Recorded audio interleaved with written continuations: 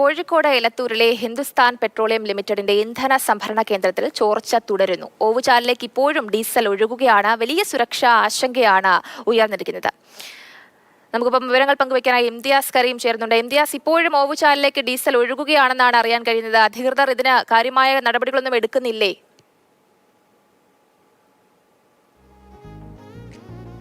തീർച്ചയായിട്ടും ഇതിൽ ഹിന്ദുസ്ഥാൻ പെട്രോളിയത്തിന്റെ ഭാഗത്തു നിന്നും ഗുരുതര വീഴ്ച ഇതിലുണ്ടായിട്ടുണ്ട് എന്ന് വ്യക്തമാക്കുന്നതാണ് നിലവിലെ ഇപ്പോഴത്തെ ഇവിടുത്തെ സാഹചര്യം എന്ന് പറയുന്നത്. കഴിഞ്ഞ ദിവസം ഇതിൽ നമ്മളോട് അധികൃതർ ഇന്നലെ രാത്രി പ്രതികരിച്ച സമയത്ത് പറഞ്ഞിരുന്നത് താൽക്കാലികമായി ആശ്വസിക്കാവുന്ന ഒരു സ്ഥിതിവിശേഷമാണുള്ളത്.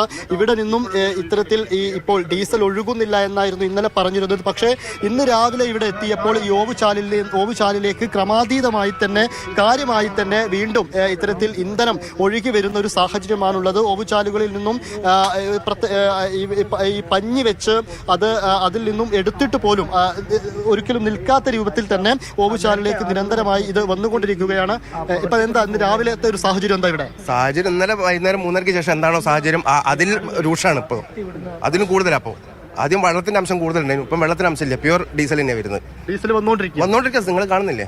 ഇന്നലെ പറഞ്ഞിരുന്നത് ഇത് പരിഹരിച്ചു, ഇനി വരില്ല എന്നായിരുന്നു, ഓവർഫ്ലോ നിന്നു എന്നായിരുന്നു. ഏതോ ചാനൽ കണ്ട് ആ ന്യൂസ് കണ്ട് അപ്പൊ ഞാൻ വിചാരിച്ച് പരിഹരിച്ചിട്ടുണ്ടാവും. രാവിലെ വന്ന് നോക്കുമ്പോൾ ഇന്നലെ തന്നെ കൂടുതൽ അപ്പം വരുന്നത്. ഇതാ പരിഹരിക്കല്. ഇത് ഞങ്ങൾ എന്ത് ചെയ്യും? നാട്ടുകാരെന്ത് ചെയ്യും? ഇനിയിപ്പോ എന്താ നിങ്ങളുടെ ഒരു തീരുമാനം? എന്താ തീരുമാനം എന്ന് പറഞ്ഞാൽ പ്രതികരിക്കുക, വേറെ ഒന്നും ചെയ്യാൻ പറ്റില്ലല്ലോ. അവര് മോട്ടോർ എന്താ കൊണ്ടൊന്ന് വറ്റിക്കട്ടെ, ഇത് തീർക്കട്ടെ, ഒന്ന് കാലിയാക്കട്ടെ.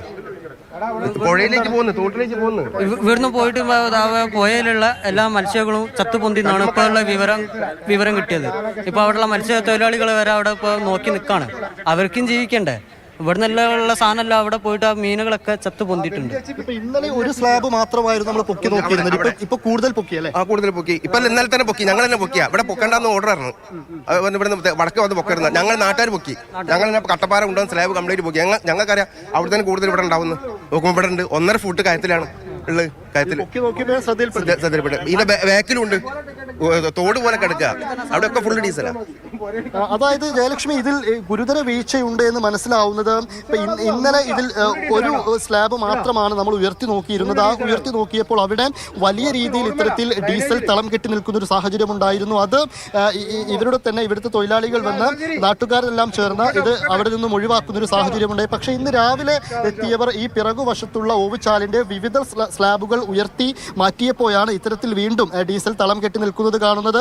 മാത്രവുമല്ല, ഇതിൽ ക്രമാതീതമായി ഈ സംഭരണ കേന്ദ്രത്തിന്റെ അകത്തു നിന്നും ഈ ഓവുചാലിലേക്ക് ഇത്തരത്തിൽ ഡീസൽ ഒഴുകി എത്തുന്ന ഒരു കാഴ്ചയുമുണ്ട്. ഇത്